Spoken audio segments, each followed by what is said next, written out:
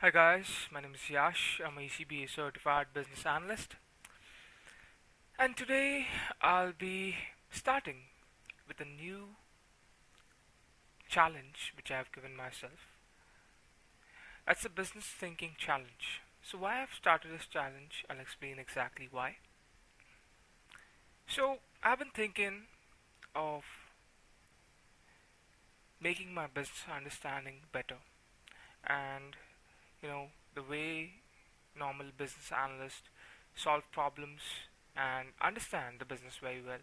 I think this skill is very underrated, and not a lot of people really focus on that and train that.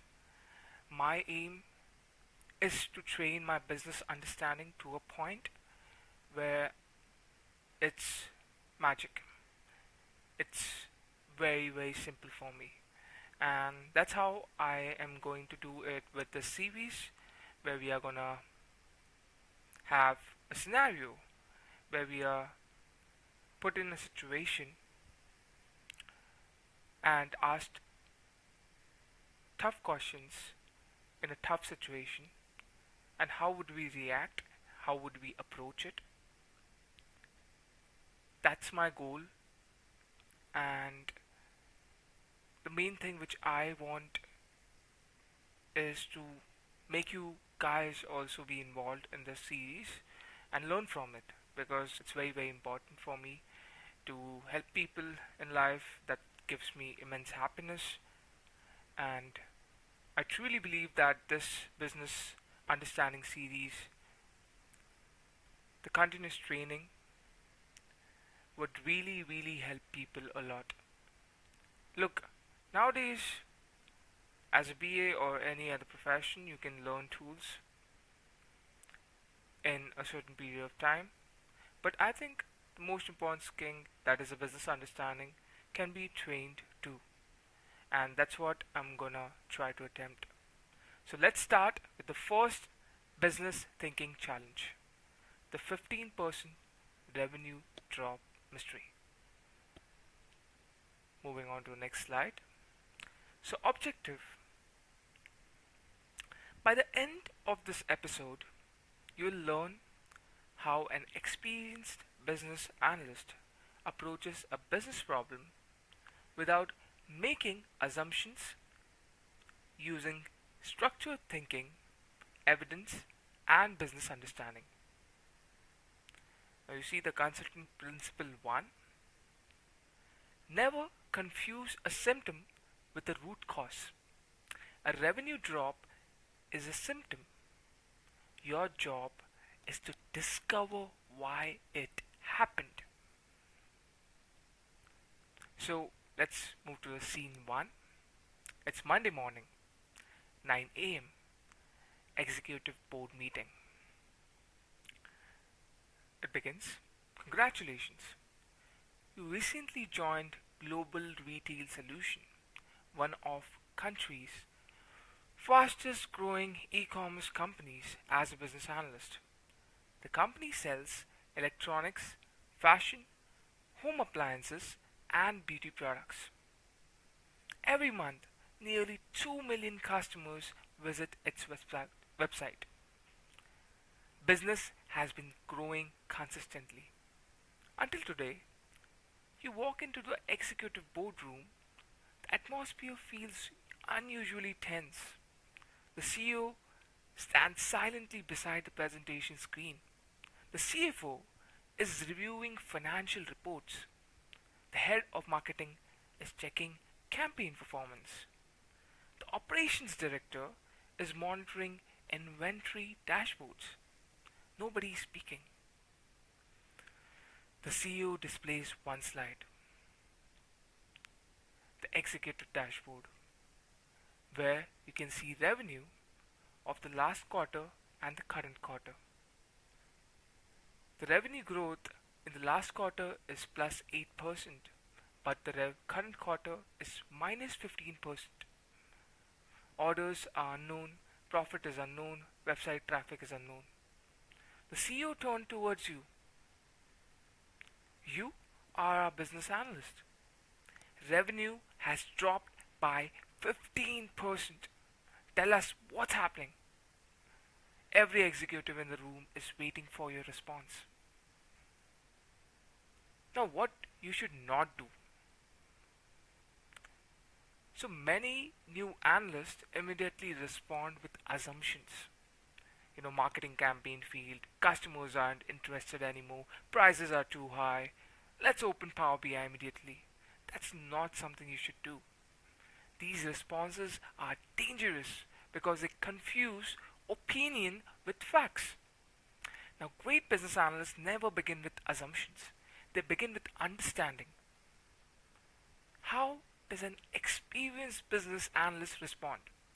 A senior business analyst remains calm and says, before identifying the root cause, I like to understand whether there's a demand issue, a conversion issue, an operational issue, or even a reporting issue. I'll gather evidence before recommending any business action. Notice what happened. You didn't blame marketing, you didn't blame sales, you didn't blame operations, or you didn't blame technology. Instead, you protected the business from making a costly decision based on assumptions. That is exactly how experienced consultants think. The step one is to understand the business. Before opening Excel, SQL, Power BI, or Python, understand how this business generates revenue. Now, the business process is the website visitors visit the website, browse products, then add to cart, complete payment, order confirmed, product delivered, and revenue generated. That's what happens in every e-commerce platform. So every business problem exits somewhere with a business process. Your first job is to understand that process. Step two is to break the business problem into smaller questions. Instead of asking, why did the revenue decrease? Ask, did fewer customers visit the website? Did fewer customers place order? Did customers spend less money? Did customers abandon checkout? Did operational issues prevent sales? Now the problem becomes measurable. Remember this business formula, that's revenue is website traffic into conversion rate into average order value. This simple equation becomes your investigation roadmap. Step 3 is to generate business hypothesis. At this stage, don't search for answers, generate possibilities. Customers and market, website traffic decreased, customers' demand changed, competitors launched aggressive promotions, seasonal buying patterns shifted. And in product, best-selling product became unavailable, product prices increased, product quality issues reduced customer trust. Then comes marketing, campaign performance declined, wrong audience targeting, reduced advertising investment, maybe. Then operations, inventory shortage, delivery delays, warehouse bottlenecks. It can be technology, website performance issues, payment gateway failures, mobile application bugs. It can be finance too, increased refunds, pricing strategy changes. It can be data, reporting error, dashboard calculation issue, ETL pipeline failure. So a consultant never falls in love with the first hypothesis. They allow evidence to eliminate possibilities. Step 4 is to identify the stakeholders. Now you see, business problems are solved through collaborations. So the potential stakeholders include CEO, CFO, marketing manager, product manager, operations manager, engineering team, customer support team, business intelligence team, and data engineering team. Now every stakeholder owns a different piece of business, right? So step 5 is to decide what data you need. Before choosing a tool, decide what evidence is required. questions to answer. Did website traffic change? Did conversion rate change? Did average order value change? Which product categories declined? Which regions were affected? Which customer segments were impacted? Did payment failure increase? Were products out of stock? Were the recent technological development deployments? Were the recent technological deployments? Did customer complaints increase? Now, business analysts ask for evidence, not random reports. So, step 6 is to choose the right tool. Now, if the business objective is quick trend analysis, the best tool is Excel. If the business objective is transaction level investigation, the best tool is SQL. If the business objective is KPI dashboards, the best tool is Power BI. If the business objective is advanced analytics and forecasting, the best tool is Python. If the business objective is brainstorming, summarizing insights, and productivity, the best tool is AI. Remember, business question is equal to data is equal to tool. No, never tool is data and business question. Right? It flows like that. Moving on to part 2, the investigation begins. Now the analytical teams provides additional business data. You see, the KPI previous quarter and the current quarter. Now here, the website traffic has got around 20 lakh customers. And here in the current quarter, it's around 1,98,000. Right? Sorry, it's 19 lakhs 80,000. So the conversion rate is 4.8%, and the current quarter conversion rate is 3.9%. The average order value is $125 in the previous quarter, while the average order value is $124 for the current quarter. Payment success rate is 98.2% for previous quarter and 90.4% in the current quarter. Inventory availability is 97% in the previous quarter, while 96% in the current quarter. Now analyze the evidence. You see, the website traffic remained almost unchanged. Customer acquisition is stable. This is unlikely to be the primary cause. And moving on to average order value, customers are spending approximately the same amount. Pricing or basket size is unlikely to explain the revenue decline. Moving on to conversion rate. Now you see, conversion rate has dropped significantly. Customers are visiting but not completing purchases. This becomes the main area of investigation. Now you see the payment success rate. Payment success rate declined sharply from 98.2% to 90.4%. This is a major business risk.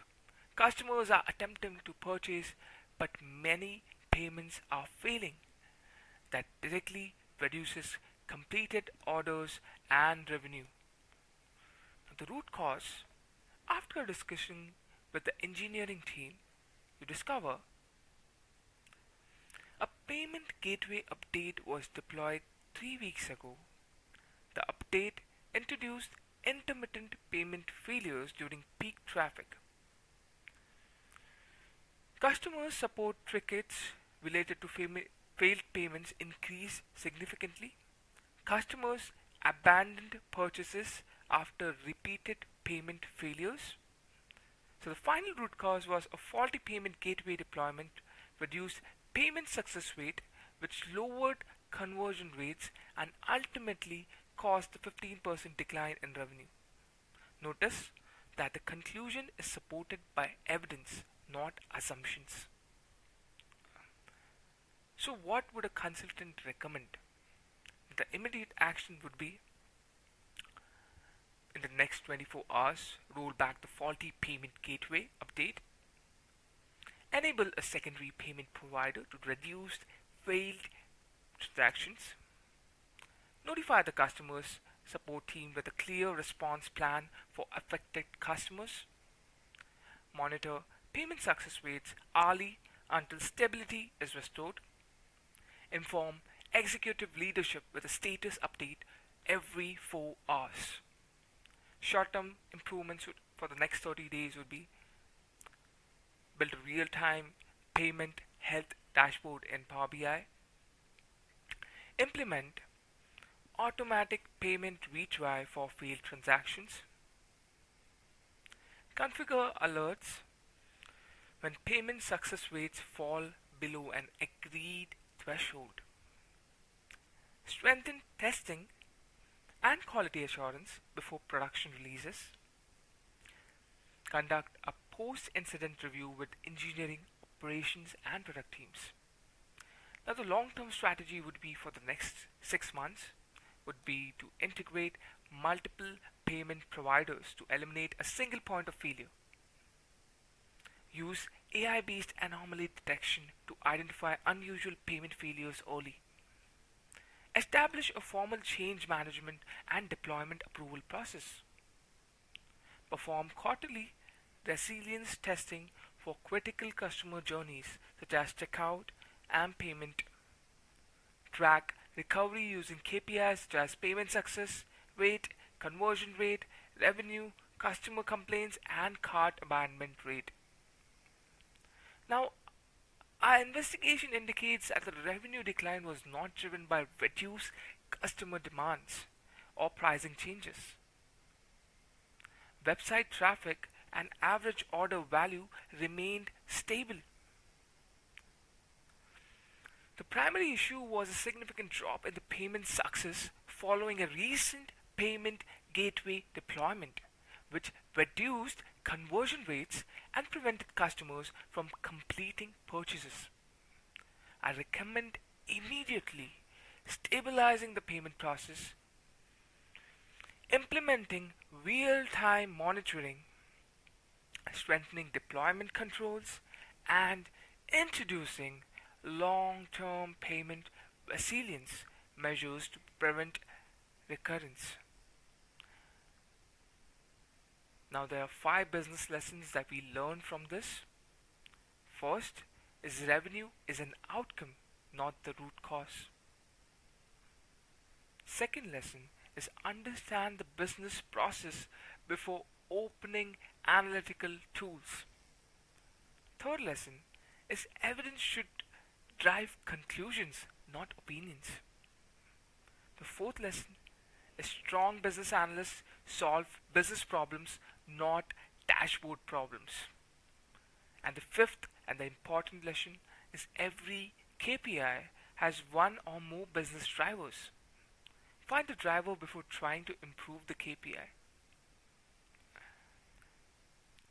So let's move to a consultant's challenge. First question would be, if you could analyze only 3 KPIs, which would you choose first and why? So as a BA, I would choose website traffic, conversion rate, and average order value. I would choose website traffic to determine whether customers' demand has changed. I would use conversion rate to understand whether customers are completing purchases. And I would use average order value to identify whether customers are spending less per transaction. Now these 3 KPIs help isolate whether the issue lies in acquisition, conversion, or purchasing behavior. Second question would be, which stakeholder would you meet first? As a BA, the business intelligence or revenue analytics teams. Before interviewing business teams, I would first validate that the reported data is accurate. Reliable decisions begin with reliable data. Question 3. If the interviewer asks which hypothesis was the strongest at the beginning, I say none. At the start of investigation, no hypothesis should be treated as correct. A professional business analyst allows evidence, not intuition, to determine the most likely explanation. The fourth question would be, if the CEO requested an action plan within 24 hours, what would you prioritize?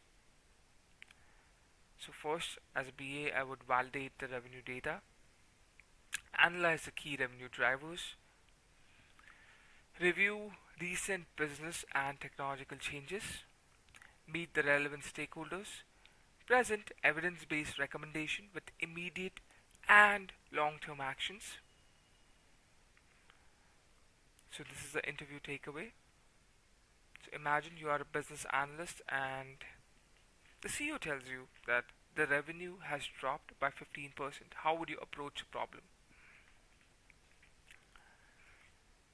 So I would begin by understanding the business context rather than making assumptions. My first step would be to break revenue into key drivers. That's website traffic, conversion rate, and average order value.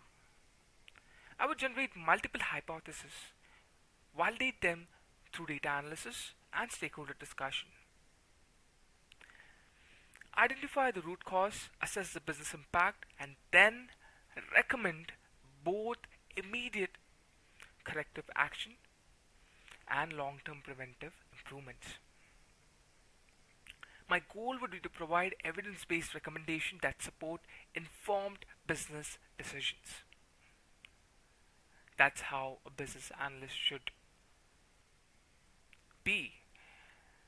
Whenever a business analyst gets a problem statement, the first thing that the business analyst should do is to not answer or solve the problem statement based on assumptions or intuition. It's always important that start of the investigation, no hypothesis should be treated as correct. So professional business analyst allows evidence, not intuition, to determine the most likely explanation. So you see, as a business analyst, I'm not making assumptions first. My first step would be like to break revenue into key drivers because revenue is decreased, right? In the current quarter. So I would break the revenue into key drivers, that's website traffic, conversion rate, and average order value. And then I would generate multiple hypotheses, like validate them through data analysis and stakeholder discussions. Then identify the root cause, assess the business impact, and then recommend both immediate corrective actions and long-term preventive improvements. So my goal would be to provide evidence-based recommendations that support informed business decisions. Now you see, in this consultant toolkit, I have business framework, that's revenue driver analysis. I have mental model, that's revenue equal to website traffic into conversion rate into average order value. And I have the consultant principle, that's never confuse a symptom with the root cause. Then I have the business analyst technique, that's hypothesis driven investigation. Then the stakeholder strategy, which is to validate data before escalating the issue. And then there's the executive communication tip, that's present evidence first, recommendations come second.